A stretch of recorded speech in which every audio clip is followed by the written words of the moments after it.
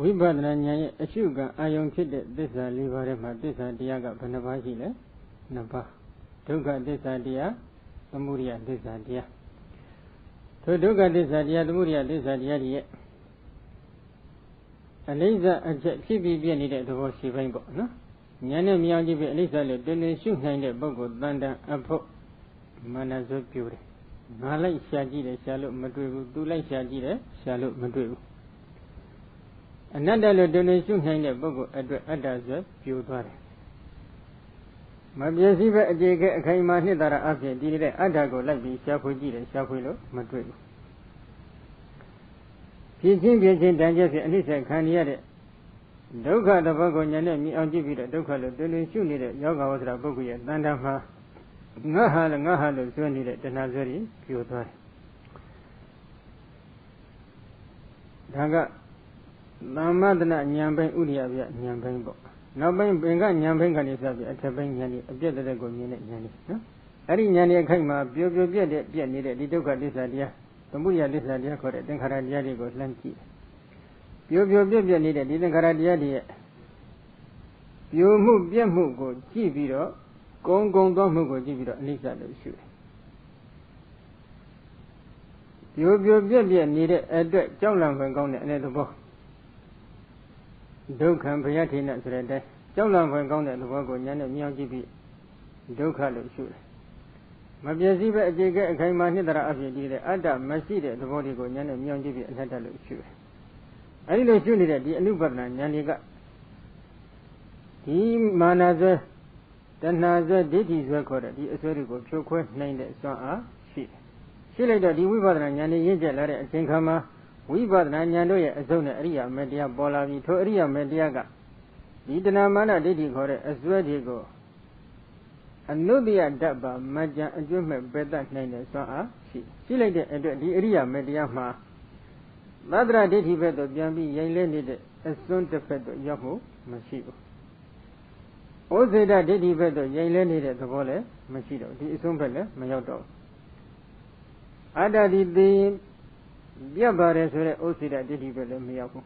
အတ္တဒီသိရင်မပြတ်ဘူးအခြေခဲအခိုင်အမာနှစ်သာရအဖြစ်ဘဝတစ်ခုပြီးတစ်ခုပြောင်းလဲပြီးတည်နေပါတယ်ဆိုတဲ့ဒီသတ္တရဒိဋ္ဌိဘက်လည်းရင်လဲမှုမရှိတော့ဘူးအစွန်းနှစ်ခုလွတ်သွားတယ်ဘာဖြစ်လို့လဲဒီအရိယာမေတ္တရားကဒီသတ္တရဒိဋ္ဌိဩဇေဒဒိဋ္ဌိဥဆောင်နေတဲ့ဒိဋ္ဌိအမျိုးမျိုးကိုအကျွတ်မဲ့ပယ်ရှားနိုင်တဲ့စွမ်းအားရှိနေတယ်နော်အဲဒီလိုအကျွတ်မဲ့ပယ်တတ်နိုင်တဲ့စွမ်းအားရှိခြင်းကြောင့်ဒီအရိယာမေတ္တရားဒီသတ္တရဒိဋ္ဌိဥစေတဒိဋ္ဌိခေါ်တဲ့အစွန်းနှစ်ဖက်တို့မလားမရောက်ဖဲနဲ့နော်အစွန်းနှစ်ဖက်ကိုမလားမရောက်ဖဲနဲ့ဘာဖြစ်လဲအရိယာမေကောစိတ္တအန္တတယအနုပကမ္မမစ္စည်းမပฏิပဒါဘုဒ္ဓဝမစ္စည်းမပฏิပဒါတိအခတတဒွက္ခတောဣဒဤအရိယာမေကတမညာဖလနိဗ္ဗာန်တို့တွင်အရိယာမေကောအရိယာမေတရားသည်အန္တဒွါယံသတ္တရဒိဋ္ဌိဥစေတဒိဋ္ဌိဟုခေါ်ဆိုအပ်တဲ့အစွန်းနှစ်ဖက်သို့အနုပကမ္မမကရောက်မှု၍ဝါမကရောက်သောကြောင့်မစ္စည်းမပฏิပဒါဘုဒ္ဓဝမစ္စည်းမပฏิပဒါဧကံဖြစ်၍သာလျှင်ဝါဧကံဖြစ်သောကြောင့်ဒုက္ခတောဒုက္ခတာဂုံနှင့်ပြည့်စုံတော်မူပါပေ၏ဒါကသတ္တရဒိဋ္ဌိဥစေတဒိဋ္ဌိဆိုတဲ့အစွန်းနှစ်ဖက်လွတ်သွားတယ်ဒီအရိယာမေတရားမှာနောက်တစ်ခုကာမဒုက္ခလိကအနုယောဂအတ္တကိလမထာနုယောဂဆိုတဲ့ဒီအစွန်းနှစ်ဖက်လည်းလွတ်တယ်ဘုရားတို့ဘုရားရှင်ရဲ့ဝါဒကမစ္စည်းမပฏิပဒါလမ်းဖြစ်ပါတယ်ကာမဂုဏ်ခံစားခြင်းကြောင့်နိဗ္ဗာန်ချမ်းသာကိုရမယ်လို့လည်းမဟုတ်ဘူးမိမိကိုယ်ကိုမိမိဘူပန်စေတတ်ညှဉ်းပန်းစေတတ်နှိမ့်ဆက်တတ်တဲ့ကိုယ်ကိုပင်မဆင်းအောင်ကြည့်နေတဲ့ဒီလုံခြင်းစုဘောအိတ်ခြင်းအစရှိတဲ့ဒီလိုကိုယ်ကိုပင်မညွန့်ဖြစ်တဲ့ကျင့်စဉ်တွေဖြင့်နိဗ္ဗာန်ကိုရမယ်လို့လည်းမဟုတ်ဘူးဦးဇင်းတို့ဘုရားရှင်ရဲ့ကျင့်စဉ်မှာမဂ္ဂင်၈ပါးအကျင့်မြတ်တရားဆိုတဲ့ကျင့်စဉ်ပဲဒီကျင့်စဉ်ကမစ္စည်းမပฏิပဒါကျင့်စဉ်ဒီမစ္စည်းမပฏิပဒါကျင့်စဉ်ဒီကာမဂုဏ်ခံစားတဲ့အစွန်းတစ်ဖက်သို့လည်းမရောက်ဘူးမိမိကိုယ်ကိုမိမိညှဉ်းပန်းနှိပ်စက်နေတဲ့ပူပန်စေတတ်တဲ့အစွန်းတစ်ဖက်သို့လည်းမရောက်ဘူးအဲဒီအစွန်းတစ်ဖက်သို့မရောက်ဖဲနဲ့အလဲအလတ်မစ္စည်းမပฏิပဒါလမ်းဧကန္တာဖြစ်နေတဲ့အတွက်ကြောင့်လည်းမစ္စည်းမပฏิပဒါလို့ဘုရားဟောထားတယ်နော်တစ်ချက်နောက်တစ်ခုလီနဥဒိစ္စတွန်းဆုပ်တဲ့ဘက်သို့လည်းစိတ်ဓာတ်တွေရောက်မရှိမသွားဘူးပြန့်လွင့်တဲ့ဘက်သို့လည်းစိတ်ကမရောက်ရှိဘူးအကယ်၍ဘာဝနာလုပ်ငန်းခွင်ကတွန်းဆုပ်သွားပြီဆိုရင်ဒီအရိယာမေတ္တရားဘယ်လို့မှပေါ်လာနိုင်တဲ့စွမ်းအားမရှိဘူးဘ ဘာဝနာလုပ်ငန်းခွင်ကနေစိတ်တွေကပြန့်လွင့်ပြီးတော့ဘေးအပြင်ရောက်နေပြီစိတ်တွေကအပြင်ထွက်နေပြီဆိုရင်လေဒီအရိယာမေတ္တရားပေါ်လာတဲ့အစွမ်းပေါ်လာနိုင်တဲ့အစွမ်းအားမရှိဘူးသို့တော့အစဉ်စဉ်သောအရိယာမေတ္တရားတွေကနောက်ဆုံးအရတ္တမဉ္ဇဏ်သာဖြစ်ပါစေဒီဥဒိစ္စကိုအကျွတ်မဲ့ပယ်ရှားနိုင်တဲ့အစွမ်းအားရှိတယ်ဘာဝနာလုပ်ငန်းခွင်မှာတွန့်ဆုတ်နေတဲ့ဒီစိတ်ဓာတ်တွေကိုလည်းအကျွတ်မဲ့ပယ်ရှားနိုင်တဲ့အစွမ်းအားတွေရှိပါတယ်နော်ဒါကြောင့်ဒီအရိယာမေတ္တရားတွေဒီလီနလို့ခေါ်ဆိုအပ်တဲ့တွန့်ဆုတ်တဲ့အစွမ်းဥဒိစ္စလို့ခေါ်ဆိုအပ်တဲ့စိတ်ပြန့်လွင်နေတဲ့အစွမ်းဒီအစွမ်းနှစ်ဖက်တို့လည်းကြောက်ရောက်မှုမရှိဘူးမရှိဘဲနဲ့မြတ်စွာဘုရားတကယ်အလယ်လက်လမ်းစဉ်ဖြစ်နေတဲ့မဲ့ခင်ရှိပအကျင့်မြတ်တရားကိုဒါလျင်မေဇိမပฏิပဒါဆိုပြီးတော့ဘုရားရှင်ကအလယ်အလတ်ကျင့်စဉ်အဖြစ်နဲ့ဟောတာဒီလိုဟောကြားချက်သည်သွက်ခါတကောင်းမွန်မှန်ကန်စွာဟောကြားထားတော်မူတဲ့ဟောကြားချက်ဖြစ်ပါတယ်မေဇိမပฏิပဒါဖြစ်လို့ဒါလျင်မေဇိမပฏิပဒါလို့ဟောတာမေဇိမပฏิပဒါမဟုတ်ဘဲနဲ့မေဇိမပฏิပဒါလို့ဟောနေတာမျိုးမဟုတ်ဘူးဒီတော့ဘုရားရှင်ရဲ့ကျင့်စဉ်တွေကိုကြည့်လိုက်ပေါ့ခုတကယ်ကြီးတွေလည်းတွေ့ကျင့်နေပါတယ်ခုတမာတိပိုင်းမှာတမာတိထူတဲ့ပုဂ္ဂိုလ်ရှိတယ်ရုပ်ပိုင်းရှုနေတဲ့ပုဂ္ဂိုလ်တွေရှိတယ်နာမ်ပိုင်းရှုနေတဲ့ပုဂ္ဂိုလ်တွေရှိတယ်ပရိစ္ဆသမုပ္ပါပိုင်းရှုနေတဲ့ပုဂ္ဂိုလ်တွေရှိတယ်ဝိပဿနာပိုင်းရောက်လို့ဝိပဿနာရှုနေတဲ့ပုဂ္ဂိုလ်တွေလည်းရှိကြပါတယ်အဲ့ဒီပုဂ္ဂိုလ်တွေကခုလိုတရားထိုင်ပြီးဒီလိုသီလကျင့်စဉ်တမာတိကျင့်စဉ်ပညာကျင့်စဉ်တွေကိုကျင့်နေတာကာမဂုဏ်ခံစားနေတာလည်းလို့မင်းဟုတ်ဘယ်လိုဖြစ်မလဲမဟုတ်ဘူးဒါကာမဒုက္ခလိကနုယောဂဆိုတဲ့ဒီအစွန်းကလည်းဒီချိန်ခါမှာလွတ်နေပါတယ်မိမိကိုယ်ကိုမိမိညှိမှန်းနှိမ့်ဆက်နေတာကဟုတ်သလားမဟုတ်ဘူးဒါကြောင့်အတ္တကိလမထဆိုတဲ့အစွန်းကလည်းလွတ်နေတယ်နော်ဒါကြောင့်အစွန်းလွတ်နေပြီးတော့အလဲအကောင်မှာဖြစ်တဲ့မဇ္ဈိမပရိပဒါလမ်းကိုလိုက်နေတာမဇ္ဈိမပရိပဒါကျင့်စဉ်ဖြစ်လို့မဇ္ဈိမပရိပဒါလို့ဘုရားကလည်းအတိအကျဟောသွားတာမဇ္ဈိမပရိပဒါဖြစ်တယ်ဆိုတော့ကခုနကကာမဒုက္ခလိကနိယောဂခေါ်တဲ့ကာမဂုဏ်ခံစားတဲ့အစွန်းတစ်ဖက်မိမိကိုယ်ကိုမိမိညှိမှန်းနှိမ့်ဆက်နေတဲ့အတ္တကိလမထနိယောဂခေါ်တဲ့အစွန်းတစ်ဖက်ဒီအစွန်းနှစ်ဖက်ရဲ့အလဲကောင်မှာတည်ရှိနေတဲ့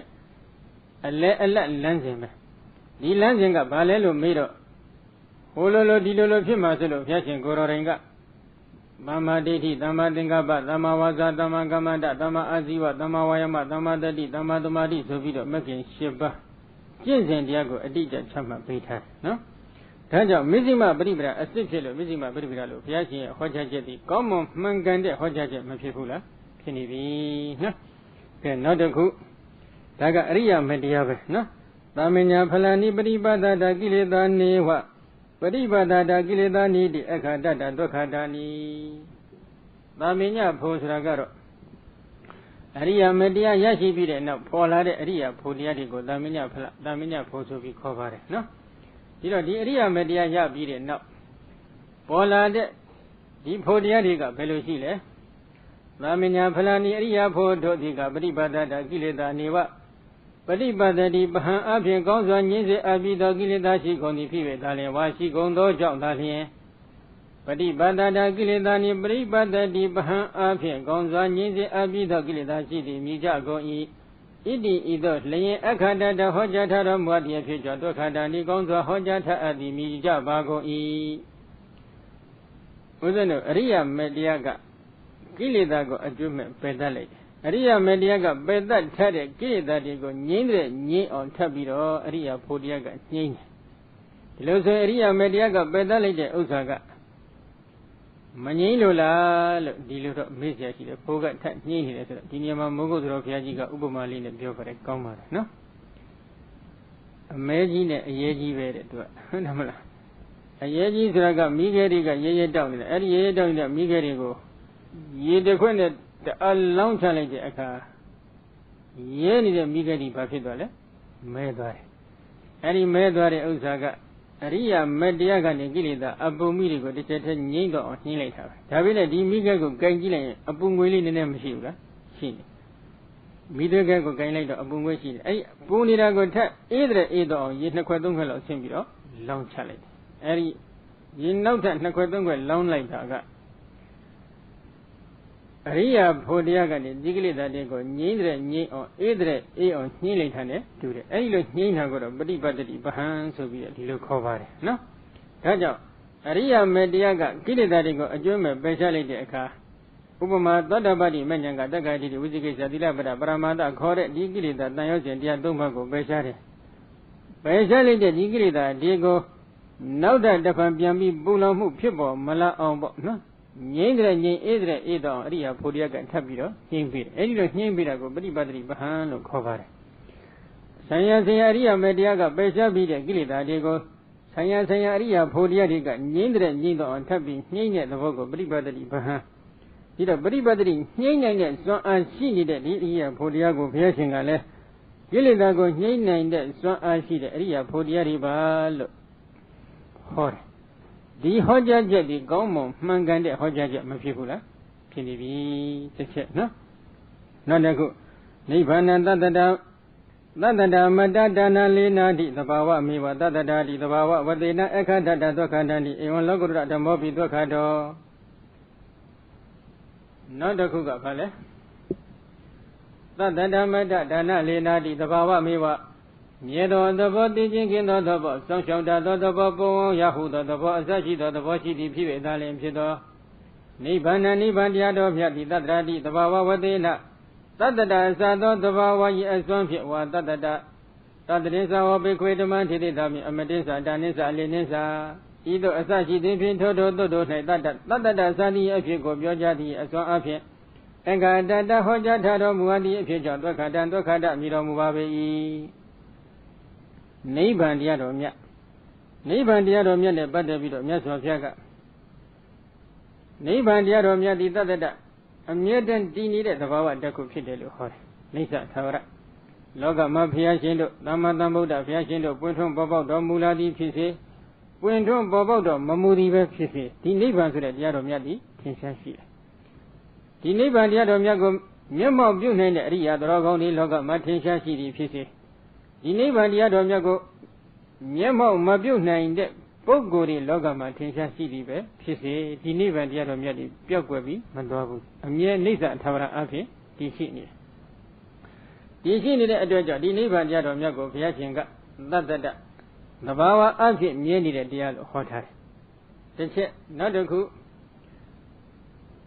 အမတဒီနိဗ္ဗာန်တရားတော်မှာသုတိပြတ်ကျွေတေကြည်ပျက်စီးခြင်းသဘောမရှိဘာကြောင့်လဲတေကြည်ပျက်စီးနေတဲ့ဆိုတဲ့သဘာဝတွေကသင်္ခတ္တတရားတို့ရဲ့လက္ခဏာဒီနိမာနိဘေခွေသင်္ခတ္တသင်္ခတ္တလက္ခဏာနိဥပါဒောပညာယတိဝေယောပညာယတိထိတတအညထထံပညာယတိသင်္ခတ္တတရားလို့သိလောက်တဲ့အမှန်အသားဘယ်နှခုရှိလဲ၃ခုဥပါဒောပညာယတိဝေယောပညာယတိထိတတအညထထံပညာယတိဖြစ်မှုထင်ရှားတယ်ပြက်မှုထင်ရှားတယ်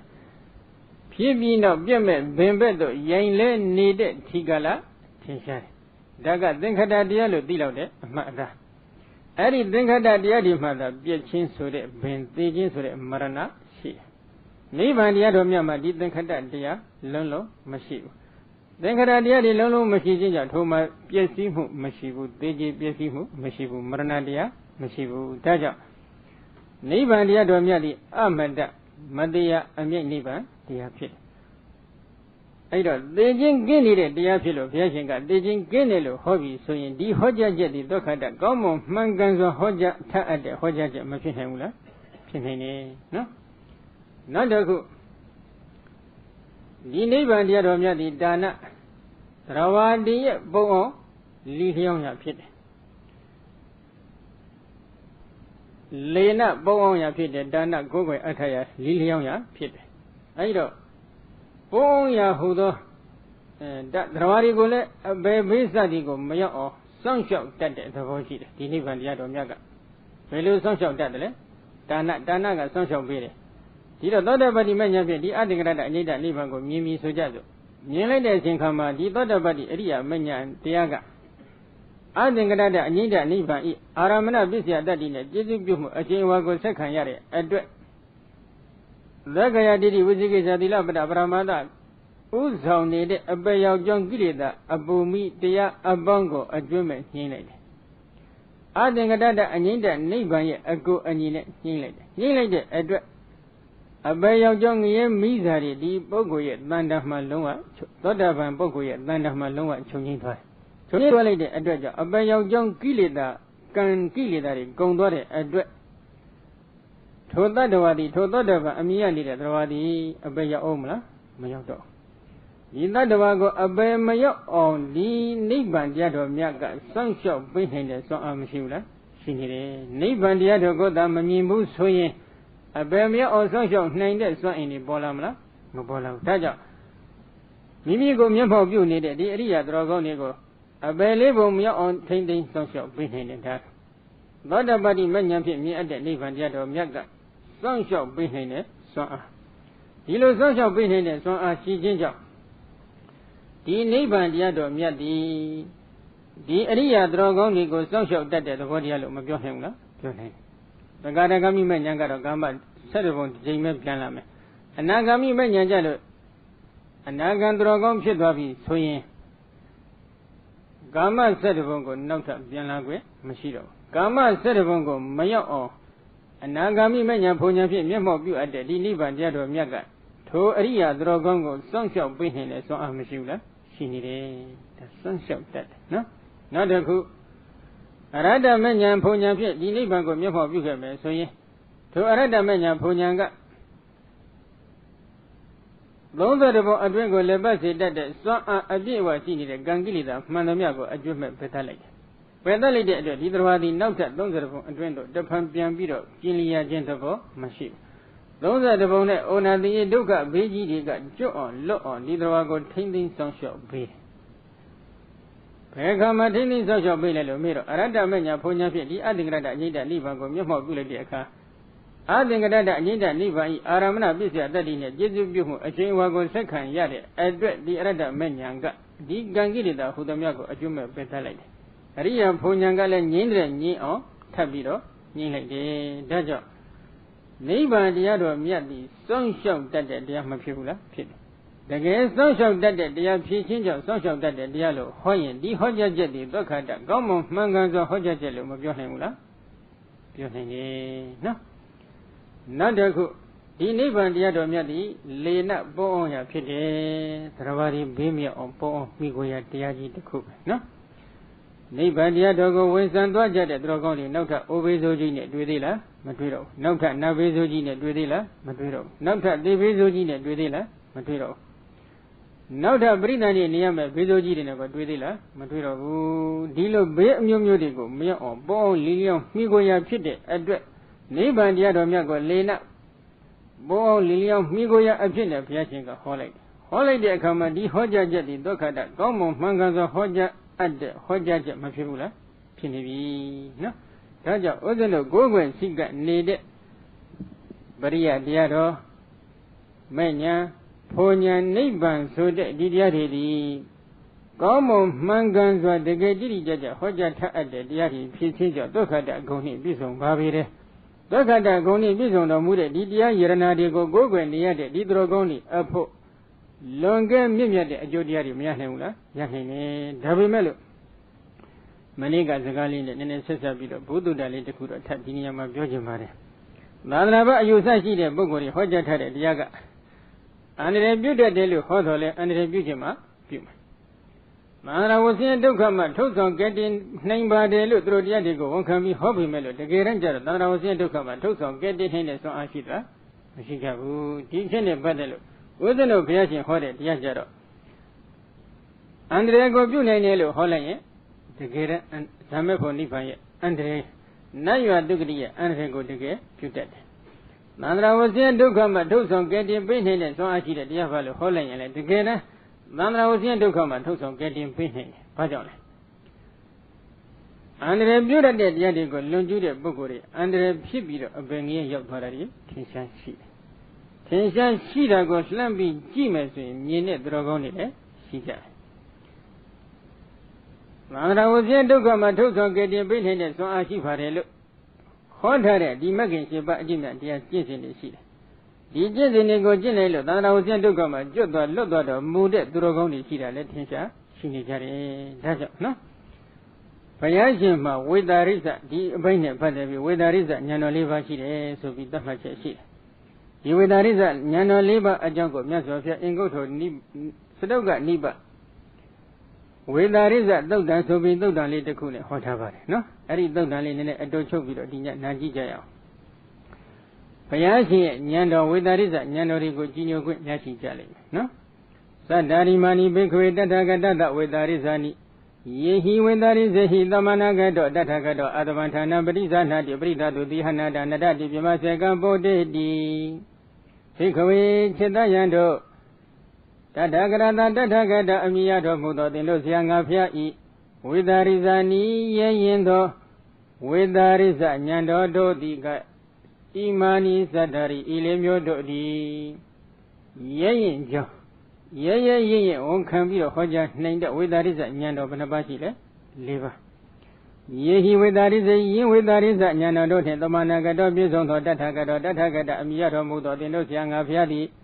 Adamantana Yen Ayatanago Brisanadi on Kandomui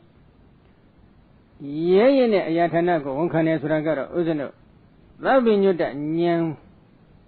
Shidel on can named Ayatanadi Ayatana Hudamia Dode a yen zo a mimia so Tana Taku Pit Labinuta Nyanshi Barello on can jeb no Taja Advantana Labinuta Nyanshi di who yen the Ayatana go Brisana di Onkano Munkando Munai Brida do net the Hana Danchi the Mingato Miado yen Jongwa Jingo Nadadi Jongwado Munai Pima Segam Pima Sejadia did not go body Pisina Tani Pima Segandia Domestic go body Lebasina Tabinuda Nyanshin Pity Edward Tabinuda Nyanshin Pity Ye on container. Barita di Machidi Mingato Ye the Azagarigo Miajan named Swari Sila Miando dia domestic go Lebasina Lebadi series Raga Pavura. In this Aliva Sure, I think Yanigo Dawagari, none of my disabilities, good capital.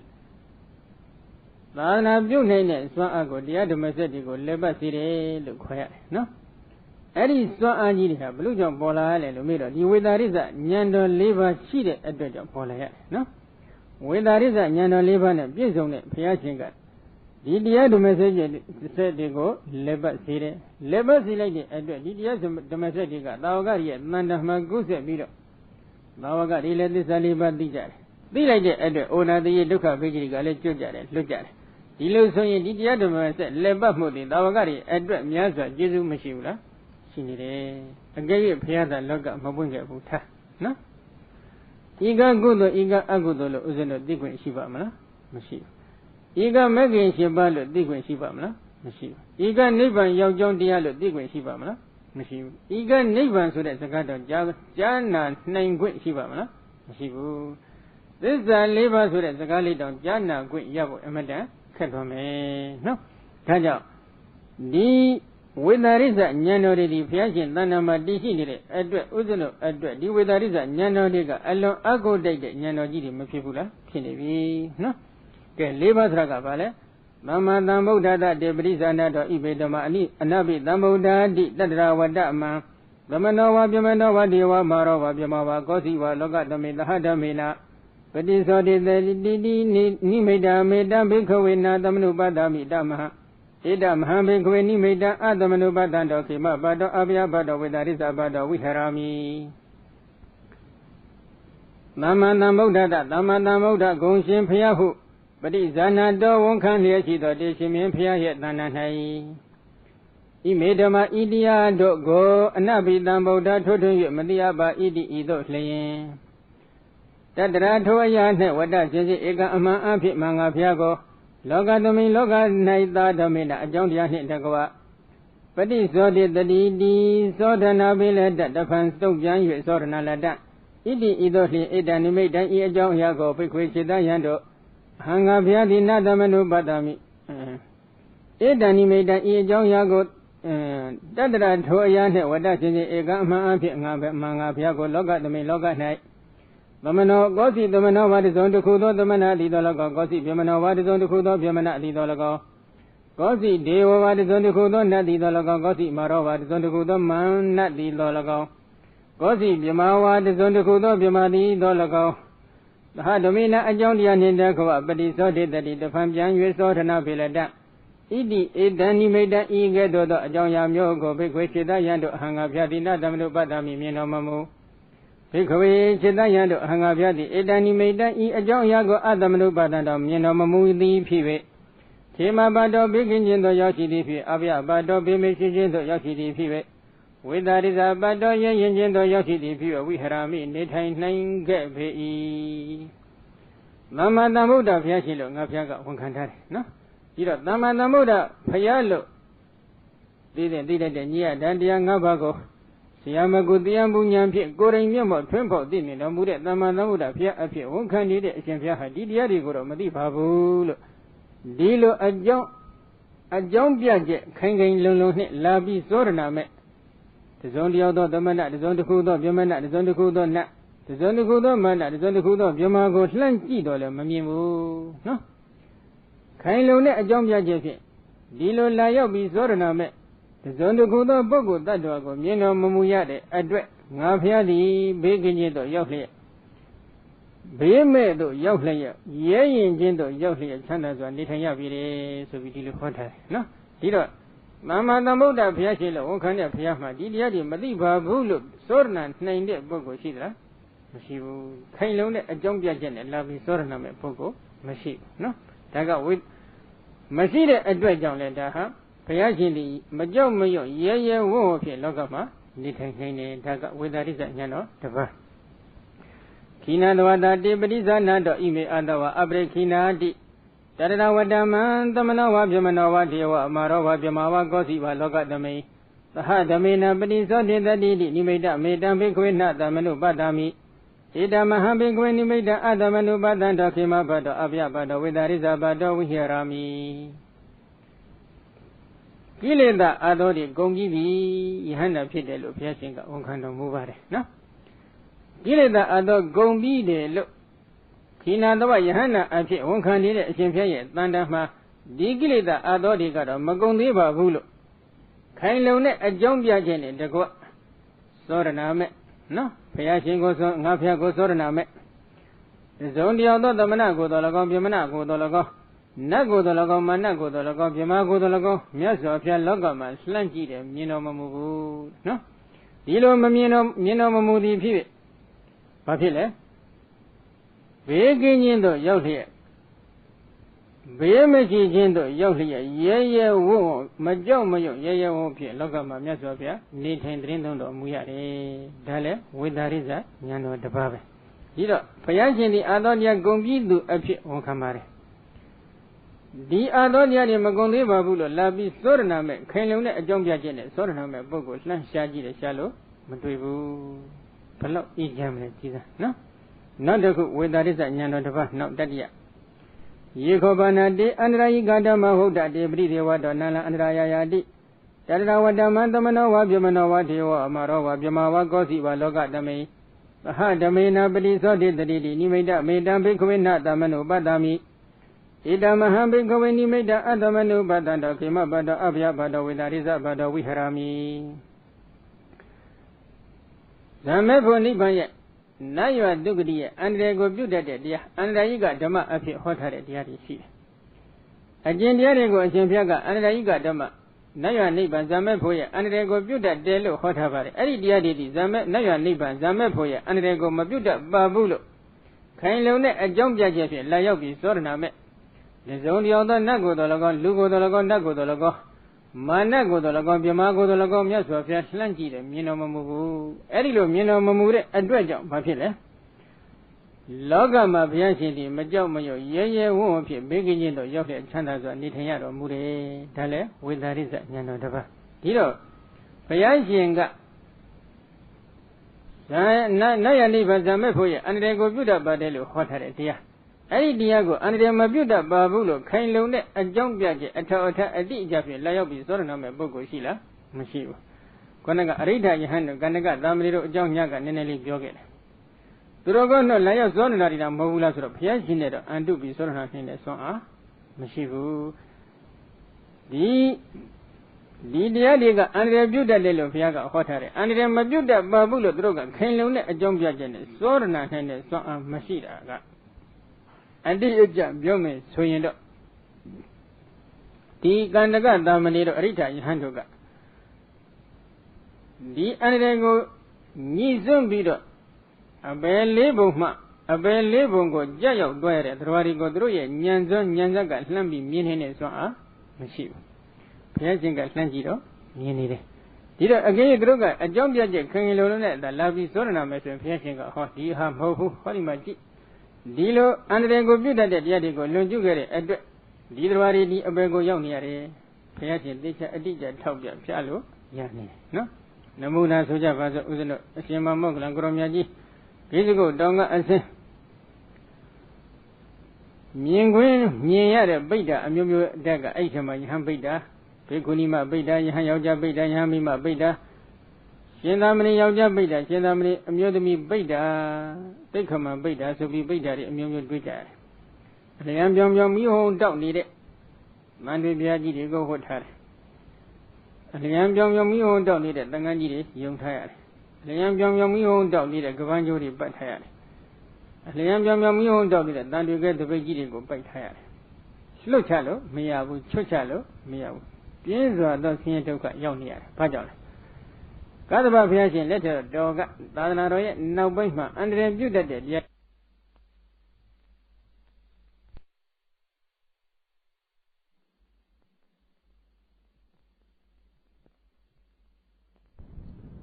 ကသဗ္ဗဘုရားရှင်သာသနာတော်ရဲ့နောက်ပိုင်းမှာ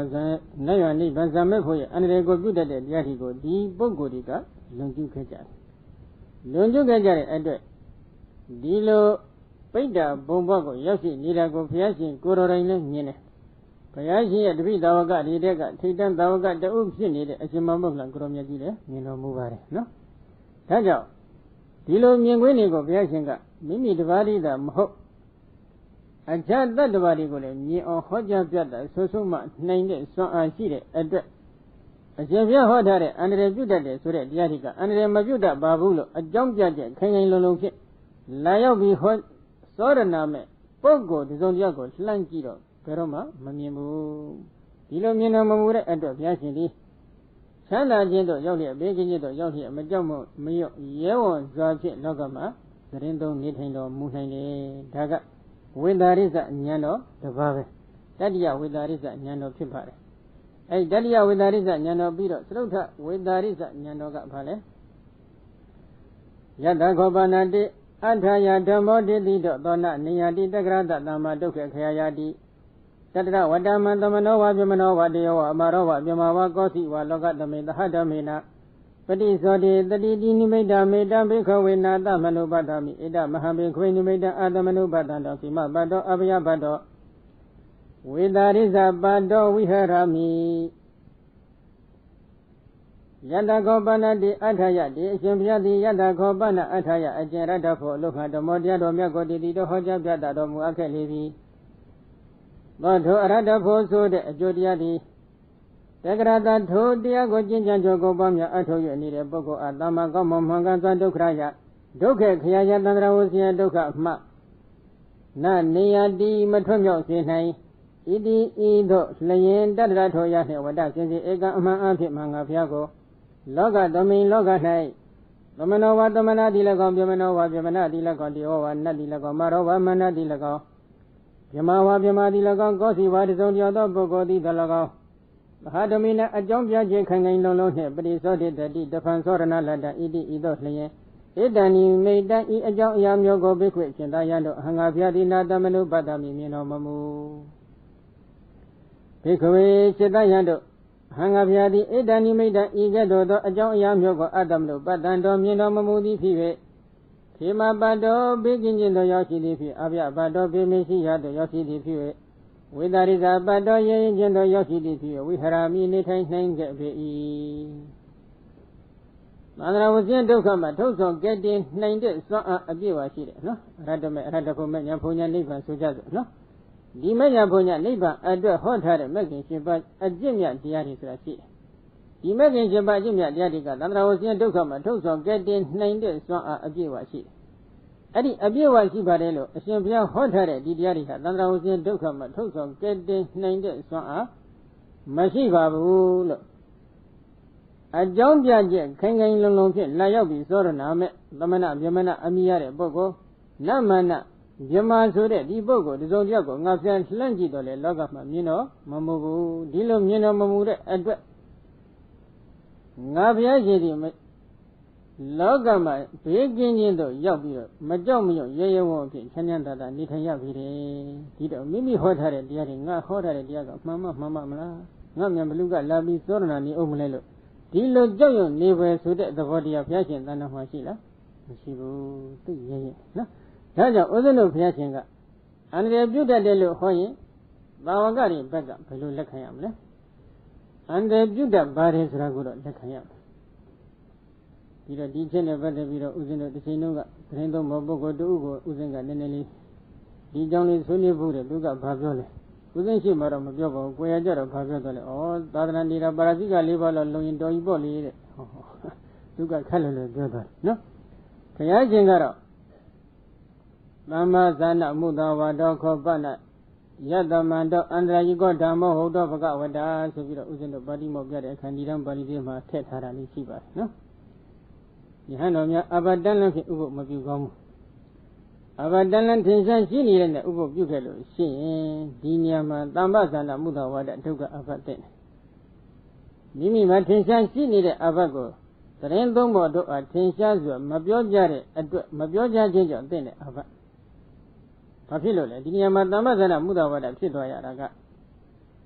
Mimima Abi Tension, she did Biova Sovido, Badimo Biam, Goroga, Jodimi at the Bede. At the Bevalian, Mimima Tension, Avago, and Niga Sophie, the Rendo Modo Ufa Tempia, Machine. Machine says in Neil here, Mudabjoni. Says they may be the Muda Johnny that you go yet, Mandama Muda Wada Duga about 10 lobby. The Jeff Muda Joy that Duga Basi about 10 money. Who says they may be the Muda Slabby, lay like it at Duga, Namazana Muda Wada Duga about 10 lobby. You know Namazana Muda Wada Duga about Lady and Daiga Tama, Zamepuya, and Rego, you name it, so she no. You name it, so I see very love your hotel at Yadigo. Didiari got up, Zamepoya, and then Mabuda Babulo, a young judge, hanging lone, Layogiro, Shiba Jet, Bume, Bogo, Piacian, Logan, Slang, Chidaka, Minomamu, but not one has their count, no? Mimi Hotter at Yadia, but look at that going, Pizone, so that Tinsari, etc. No? Raja Uzino, the Bokada going, Bizone, Piacian, Hoja Tare, Didiadorigo, Gogo, and Sigako Yara, Uzino, a quaint and landy, the baby Magona. Gone. Dilodiaji go Jokan Biro. Dokanda Gone, Mabizone, Acha Diadigo, Dobiro, at the essence will be Gogo Sigani, Lodilla.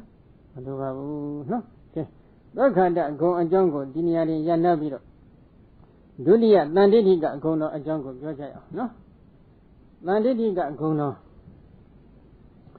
Landigi go the Idabana, Aria Mego Dawa, Adano, Dandani Ragadina, Ava, Ongrondena.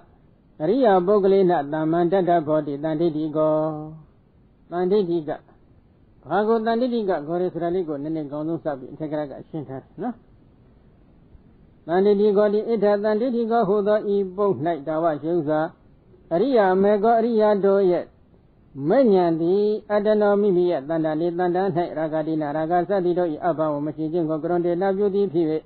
Ria Boglina, Ria Bogo, the Damago, and Dadabo. Mienda Idida Matoja, Nandigo, Nandiga, Miromu, Ria Media. Ria Media Yavi, Drogonga, Mimi, Ria Mediago, Biambiro, Slanty, Yene. No? Ria Drogo, Hoi, Mahoi, Mimi, Gogo, Mimi, Sandayam, much of the Kuchipai. Ria Drogono, Mimi got Mimi Gogo, Mimi, Wonkanjane, Sujazo. No? Ria Drogon, Pibilo, Mimi Gogo, Mimi, Yonji Lavi. Mimi Aria Manya Magan Banabati, like Secretary Banalonsi, like Giangiro, Madibu Ria Hobam, Mahobu, no? Good Maria Bogo, Mangana, Bafila, the Aria Mediani, Mimi Vandama, Chibi Soye. The Shida Jingama, the Aria Mediaga, Raga Zare, Gilida, Diego, Machi on Pilo Pil. Ay Raga Zagida, Gilida, Machi Mogola, the Aria Drogonga, Dapam Giambiro, Chile, Kilo, Nine. Soloyenga, baby, the Gilly that he goes Langile, Yene. Mabaya did a Gilly that he goes Langile, Yene. Nadagoga, the area mediago slankile, Yenide, the area podiago slankile, Yenide. The area media Parmazani got mela, Turia Zani got mela, Adija slanky kilo yard. Say the day Benelon Sile, slanky kilo yard. Mamma baby regularly got baggy darile, Pian Shuji, Shulu yard. Mabaya regularly got baggy darile, Pian Shuji, Shulu Yavare, the area drogo, Mayan Diam, Majo clear. Mimi area media making Diagoga, Shibala, Konabala, Pianji kilo yard. Again, Kamawasra, Yodiari, Sujazo, no? Kamawasra, Nadiari, Doho. Yodiago visit, Nadiago visit, Yuna Navago visit, we but not you, but don't that cat. Aria Mego, second message to Aria met the Pramazanica met the kid, Papilola. Megan Shiba, Tongini. Again, Paramazan, Nadiago. We but not you get Aria Mego, second message, solution to Aria met the Megan Shiba. So needed. Mama did it, Dama Dingaba, Dama was a Dama Gamada, Dama Azua, Dama Wayama, called it. Dama Wayama, Dama Didi, Dama Madi, called it, making Shiba, Abiwa, Bavare. Again, her Bogoga, Ria Drogonga, Dulia Zan Sare, a Taban Zan and Yadigo, we but not sugar, Ria met second and so in up. To Ria Manyama, making Diego Conabavashi. Pavanaya, Zahon job. Dulia Zan Sare, a Kaima, we did got built Gabi. We got a little job. You got it address. You will go over Megan, Diego Shibanama, Dama Dingaba, Megan of Kotaro. Dama Dingaba, Megan about your boy. Julia Zanzali go with Badra Sugar. Aria met second solution of Megan Diego Conaba, Chipa. Any Conaba Chidem, a people slanky kilo, Nimare, Daja. The area mediadi, Aria Bogoro, go down near added the application, Banditiga. Oh. Wasn't a go Yame, Diaga, Banditiga, Goni, Pizonet, dear. Go and slangy, Yame, dear. Do me a John and Loyam, Yami Hodra. Oh, Siaga Biolema, Army era message or Dilula. Adilo Diame, Adimio Hodra, Mahobu. Go and go deep, no? And Yenda go and Yamo, Budelo, Adija dear. Mimi and Yenda go Yamo, the area Media Masters, the Benalosi, Adija dear. Magin Diego Benabashi, Adija dear. Slangy, Yene, Mama, Tataba, Goray, Yene dear. Goray Yene dear, Diago. Manditiga, the area media, no? Yadahara doko Bimanaragina, Abibu, Dobria, Dina, Zedo, Adabjaba Dayabi, Sedidi, Barabjaba Dayabi, Sedidi, Ubia Biaba Dayabi, Sedidi, Sedidi Gando Gandomna, Blida, Wedidi, Agebi Niwa, Adabjaba Daya, Sedidi, Nabra Biaba Daya, Sedidi, Na Ubia Biaba Daya, Sedidi, Na Sedidi Gando Gandomna, Blida, Wedidi, Yumi Kobiamana, Dandi Godomo Hodi. In go to Bali Domana. Some in a young but my room of Yahoo, dear Libes, no? Bajole. Yamana de Garabona causing the Egama Afi, Rado Raga, Pinta may neither do the Ragina Raga, the Abibu, they say Adi Pive. Maria Dina, Saint Alonso, Tawanjan, Danger Young enter at the Saitachi di Pive. Ada Yabada Yabi, Mimi Gogo, he said, Ali, said, Daddy, says, or Jogo, long like you eat. Perhaps Yabada Yabi Drobagon, he says, Aloha, said, Daddy, says, or Jogo, long like you eat. Ubia, Yabada Yabi, Mimi Droba, Navazongo, he says, Amuli, said, Daddy, says, or Jogo, long like you eat. Sidi can say, me, the Dogan, Siego Domina, Sing Machanda, Jingo, Brita, way, Daddy, Kazaya eat. Ragiraga Gobini, Besha, Abila, the Waraga, Gimbi, Lado, Ada Yabada Yami Gogo. Chelsea Jenga Muli Newa Sedi, Mrs. Majogo, Lula Maburobe, Parab Yabaraya Bidrovago, Chelsea Jengali, Nasi Didi, Mrs. Majogo, Lula Maburobe, Ubia Yabaraya Bimi Drova, Nuda Dogo, Lisa Chelsea Jenga Muli, Nasi Sedi, Mrs. Majogo, Lula Maburobe, Sidi can sing a chido, Dokan Siago Domina, and Simicanda Mugona, but did not wait Makanzayabe. Yamana Negaro Bona causes the Egama as it will be either level the more diadodi. The more Aria mediadodi than did he go Goran Shumi at the Midi Hodi Pibabe. Aria Menya Bolagero, Menya Liga Assistant Ragatico Assistant Pedaligo Raga Kundavi. Ari Raga Kundore, a Chinka Ligo, Lang Yaviro Paga Honida, Landiga, Goran Yin at the war, no? ဒီတော့ဒီနေရာမှာရာဂဖြင့်တတ်မဲ့နေတဲ့ပုဂ္ဂိုလ်ရာဂအနှိမ့်ဆက်ခံရတဲ့ပုဂ္ဂိုလ်ဒီဘာဖြစ်လဲရာဂလွန်မှုဖိစီးပြီးတော့ဒီစိတ်ကိုအနိုင်ယူထားတယ်ရာဂကဒီသရဝါရဲ့စိတ်အစဉ်ကိုသိမ့်ကျုံယုံငင်ပြီးတော့ထားတယ်ဒီတော့ဆိုကြပါစို့နမူနာနော်ဒီလောကယောဂီတုကတရားအထုတ်လို့မရဘူးဆိုပြန်ပြေးတယ်6 လသမီးလောက်ရှိတဲ့သူသမီးလေးကိုအမတန်စိတ်ထဲမှာတရိယာသိပြီးတော့စိတ်မချပူပင်တော့ကတွေရောက်တယ်နော်အဲ့ဒါကြည့်ပေါ့ဒါပါလေ6 လသမီးလောက်ရှိတဲ့မိမိရဲ့သမီးအပေါ်နဲ့နှောင်ဖွဲ့ထအပ်တဲ့စိတ်တွေကိုဘာခေါ်လဲရာဂပဲနော်ဒီရာဂကသူ့ရဲ့စိတ်အစဉ်တွေကိုသိမ့်ကျုံယုံငင်ပြီးတော့တည်နေတယ်ဒီတွေ့တံမှုကိုသူတွန်းလှန်နိုင်တဲ့စွမ်းအားမရှိဘူးအဲ့ဒီလိုတွန်းသိမ့်ကျုံယုံငင်နေတဲ့အချိန်ခါမှာအတ္တဗျာပါဒယာပြီးမိမိကိုယ်ကိုနှိမ့်ဆက်ဖြစ်စီခြင်းကလေးစေတေတိစေသောကြောကုတ်ရနေသည်မိဤကြည့်လားမိမိကိုယ်ကိုနှိမ့်ဆက်ဖြစ်စီဖို့ဆိုတာကပူနေတယ်ဒီရာဂဝင်လာပြီဆိုလို့ရှိရင်ဒီသမီးအတွက်မပူဘူးလားပူတယ်ပူလောင်မှုကဘယ်လိုတဏ္ဍာမှာဖြစ်လဲမိမိတဏ္ဍာမှာနော်ဖြစ်နေတဲ့အတွက်မိမိကိုဒီရာဂကနှိမ့်ဆက်ဖြစ်စီနေတဲ့သဘောမရှိဘူးလားရှိနေပြီအပူလောင်ခံရနော်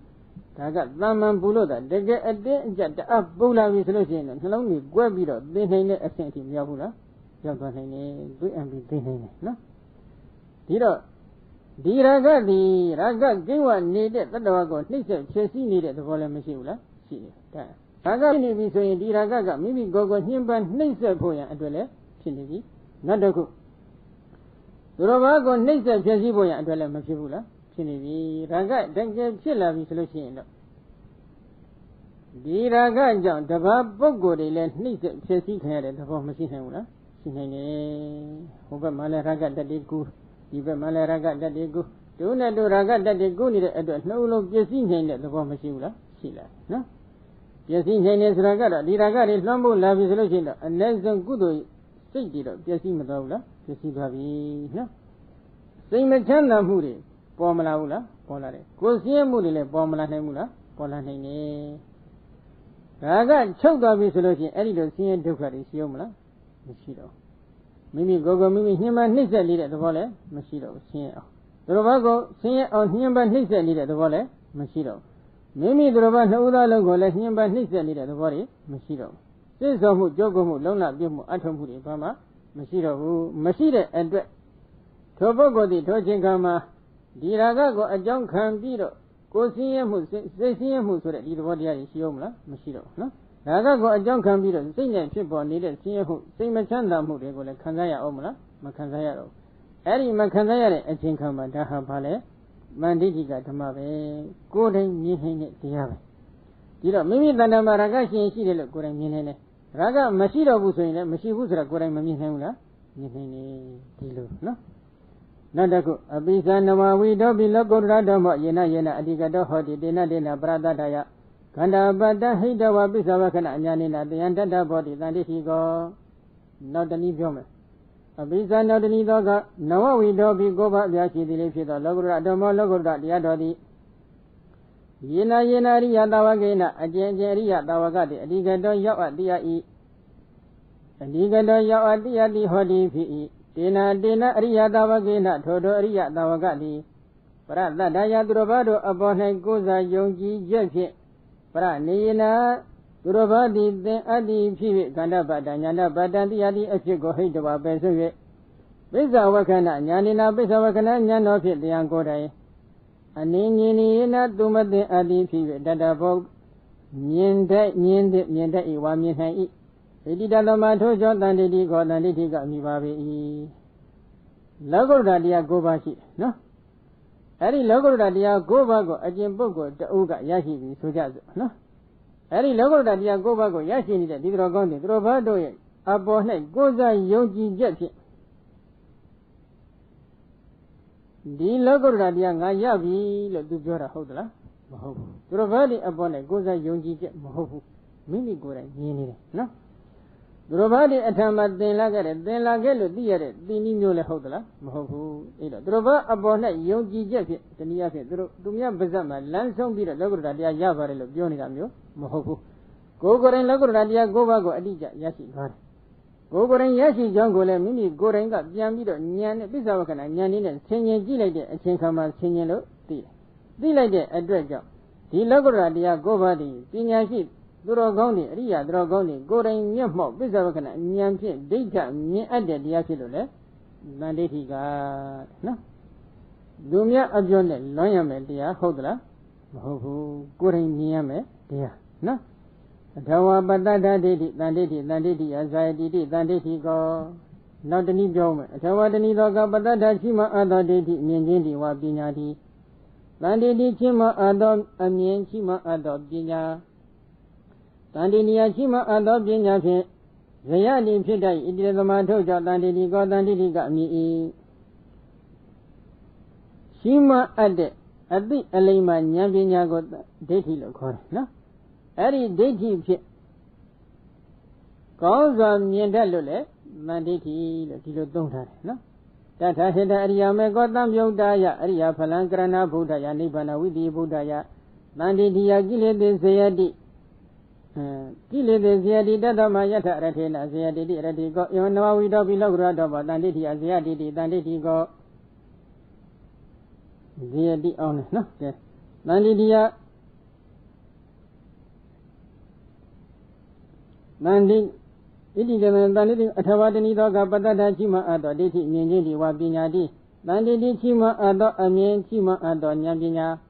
တန်ဋိဋ္ဌိယရှိမအပ်သောဉာဏ်ပညာဖြင့်ဇယတိအောင်တတ်၏ဣတိရသမထို့ကြောင့်တန်ဋိဋ္ဌိကောတန်ဋိဋ္ဌိကအမိ၏ရှိမှန်တတ်တဲ့သမ္မာဒိဋ္ဌိဉာဏ်ပညာဖြင့်အောင်ပွဲရတဲ့အတွက်ကြောင့်လည်းတန်ဋိဋ္ဌိကမြည်တယ်တထံတံဝဆနံထိုစကားတိဟိတိသမံဣတဣရိယာမေအရိယာဖို့နိဗ္ဗာန်တို့တွင်အရိယာမေကောအရိယာမေသည်သံယုတ်တာယမိမိနှင့်ရှင်သောတန်ဋိဋ္ဌိယရှိမအပ်သောသမ္မာဒိဋ္ဌိဉာဏ်ပညာဖြင့်ကိလေသာကိလေသာတို့ကိုဇယတိအောင်တတ်၏အရိယာမေတရားဆိုတာကတော့အထူးသဖြင့်တော့ဒီနေရာမှာအရိယာမဂ်ခင်၈ပါးအပေါင်းတနည်းအားဖြင့်အရိယာမဂ်စိတ်ကိုခေါ်ပါတယ်နော်ဒီတော့ဒီအရိယာမဂ်စိတ်ဒီမိမိနဲ့ရှင်နေတဲ့သမ္မာဒိဋ္ဌိဉာဏ်လေးတစ်ခုရှိပါတယ်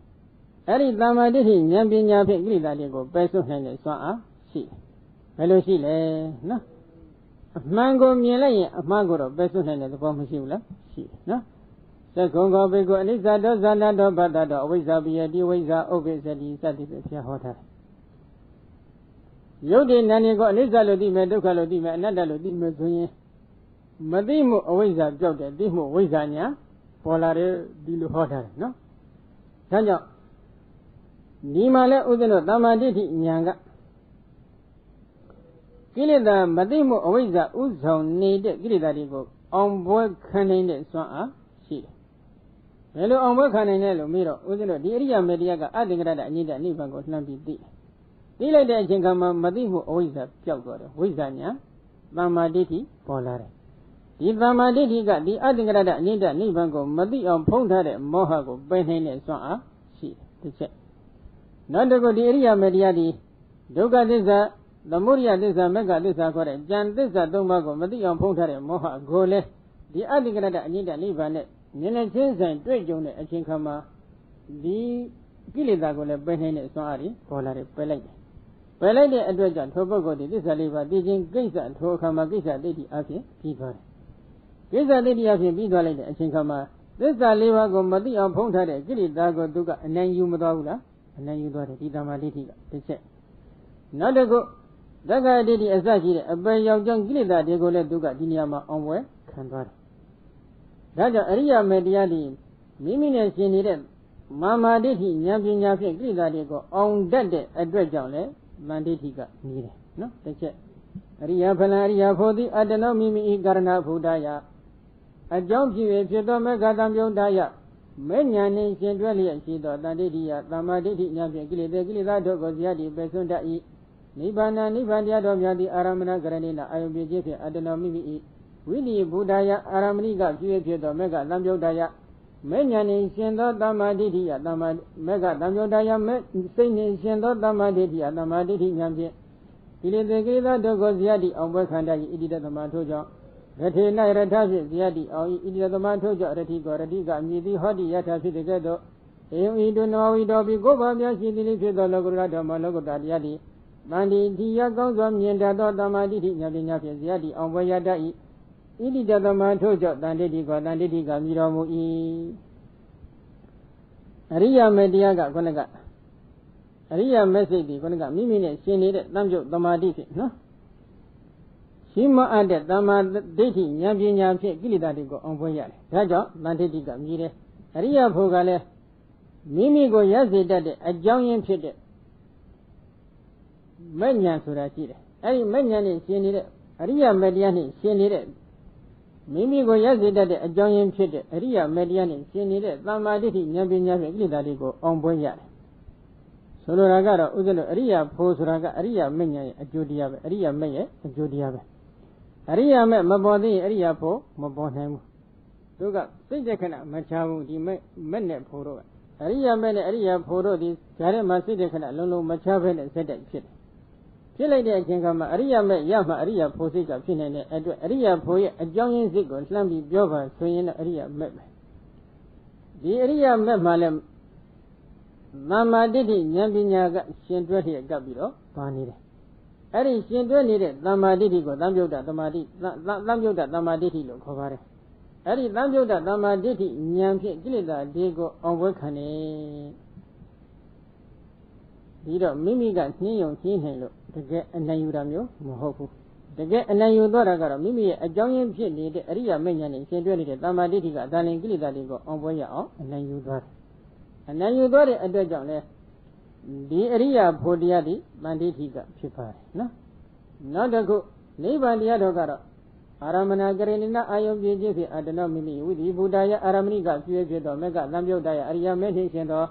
Mama did Yadama did Yamiki, the Gilida, Yadi, on Wayada E. The Gera Gilida go better later. Aria Media, she needed Lamaditi Yanga better. Totally, the area media the Adingada Nida Nibango, Ayo Mayuga and people named Swa, Mashiu. Adingada Nida Nibango Lambi, Ayo Bunayma, Dali, the area media got Polar. Polari de Jingama, Adingada Nida Nibanga. Aramara Bizia Dadine, Jesu Jubilate, Jingama, the area mediaga. Area mediaga, Giridago, Besha Lake, on Boya Loy. Hello, on Boya, a dredge. The neighbor Yado Yade, Mimigo, Ion, you need it. Aria many, she needed Lamaditi, Yampi Gilidadigo, person like the envoy on Lula de Diluvione. No? Neighbor Galagilidago on work cane, Papilula. Mimigo la, Ion, you need Aria many, she needed Lamaditi, Yanga on work canelo. Mimigale on work, Jan. Aria Pogale, Mimi, a joining period. Aria many, she needed Lamaditi, Gilidago on work yard at the Aria Pogale. On way, Kilidarigo, on way, no? I know on way a lily yard, Bogorigo, Uzano, Yatane on way at Bogo, Ratigalo, Codelo. Kilidago on way needed the logo Radiadigole, Manditiga, Dilucore, no? I got Manditiga, Gono, and John the Cook, no? Not the cook. And how I did the Dadana Hoseti, data me what Nandita and Dadana the Ato. Nandita Arahadi di Danditi go Logoda Damohi Bavana Vidamayawatena, this degree Abidamayawatena, Zadida Mano Yewa, what are Bayani would they did Damayata water? Arahadi di Wotigo, Eon Dandita Arahadi di Danditi go, not the Nita point.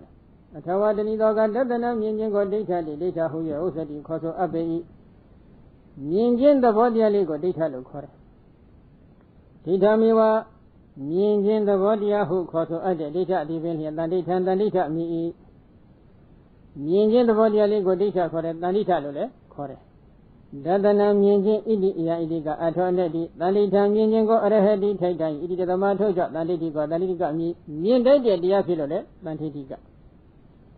Palace, if this Samai Logurada Maloguradiati, Bhavana be the Miawadena, Bhavana be the Miai as one lago. This is Griabi the Miawadena, this is Griabi the Miai as one lago. Dida Mano Yiva, Shiva, Mia Dodan here, what up, Bayan was here, Bido Gago, you did in this day. Dadama Toja, what Ogo already take, it is the Madoja, Utigo, Utica, me the Hodiata Fitagato. You eat Dandita. Show me and Jango already take, it is the Matoja, Danditigo, me. The logo that Yagu Suraga. Madra was here to go conjure that Rogondo shoot that Yendate the Yafilo, Lantitica, Luminga, Pafilo. ဒီလောကုတ္တရာတရားကိုသိစိတ်ကရိယာဘိဓမ္ယလို့ခေါ်ဆိုအပ်တဲ့မျက်နှာချင်းဆိုင်မျက်မှောက်ပြုနိုင်တဲ့စွမ်းအားတစ်ခုရှိရနော်ဘာဝနာဘိဓမ္ယလို့ခေါ်ဆိုအပ်တဲ့ဘာဝနာဉာဏ်ဖြင့်ထိုးထွင်းသိမှုရှိရအဲဒီလိုသိစိတ်ကရိယာဘိဓမ္ယဘာဝနာဘိဓမ္ယဆိုတဲ့ဒီအဘိဓမ္မယနှစ်မျိုးဖြင့်မြင်ခဲ့မယ်ဆိုလို့ရှိရင်ဒီမြင်လိုက်တဲ့အသိဉာဏ်ကသန္တရာဝဆင်းရဲဒုက္ခကိုကုန်ခန်းစေနိုင်တဲ့စွမ်းအားရှိတယ်နစ်မြုပ်စေနိုင်တဲ့စွမ်းအားတွေရှိတယ်ရှိနေတဲ့အတွက်ကြောင့်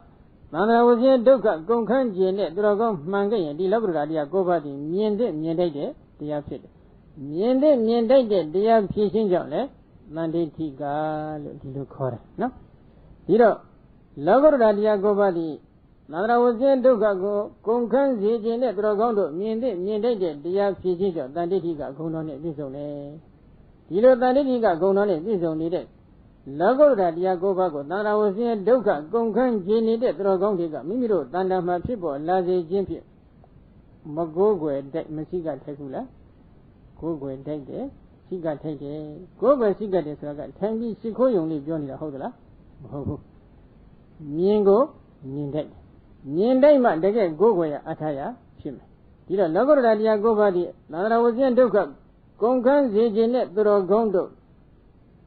ကိုယ်တိုင်မျက်မှောက်မြင်တဲ့မြင်တတ်တဲ့တရားဖြစ်ခြင်းကြောင့်သန္တိဋ္ဌိကဂုဏ်နဲ့ပြည့်စုံတော်မူတယ်နော်ဒီလိုသန္တိဋ္ဌိကဂုဏ်နဲ့ပြည့်စုံနေတဲ့ဒီလောကုတ္တရာတရား၉ပါးကိုမိမိတို့သူတော်ကောင်းတွေလည်းသန္တရာဝဆင်းရဲဒုက္ခကုန်ခန်းခြင်းနဲ့သူတော်ကောင်းတွေလည်းကိုယ်တိုင်မျက်မှောက်ထွန်းပေါက်သိမြင်အောင်ကြိုးပမ်းဖို့မလိုဘူးလားလိုအပ်တယ်ကြိုးပမ်းလိုက်တဲ့အချိန်ခါမှာထိုအချိန်ခါမှာမိမိတို့ရဲ့တဏ္ဍာမှာသန္တိဋ္ဌိကဂုဏ်တော်အပေါင်းနဲ့ပြည့်စုံနေတဲ့ဒီလောကုတ္တရာတရားတွေလည်းကျင့်ဝတ်ပြီးတော့လာလိမ့်မယ်နော်ကဲနောက်ဂုဏ်တော်တစ်ခုကတော့ဘာလဲအကာလိကနော်အကာလိကဂုဏ်တော်ဆိုတာကအခါမလဲအကျိုးပေးတဲ့ဂုဏ်ပဲနော်အတနောဖလာဒါနသန္တာယနတ္တကာလောတိအကာလောယေဝအကာလိကောအတနောမိမိဖလဒါနအကျိုးပေးခြင်းကိုသန္တာယရည်ရွယ်၍အတ္တမေကတထိုအရိယမေအကာလောငန့်လင်အပ်သောအကျိုးပေးရာအချိန်ကာလသည်နတ္ထိမရှိဣတိရသမထိုကြောင့်အကာလောမြည်၏အကာလောယေဝအကာလောသည်ပင်လေအကာလိကောအကာလိကအမြည်၏ကာလိကအနတ္တိပဲမရှိဘူးလို့ဆိုလိုပါတယ်နော်ဒီအဖွင့်ကတော့ဒီတော့မိမိရဲ့အကျိုးပေးရာအချိန်ကာလကိုငန့်လင်နေတဲ့သဘော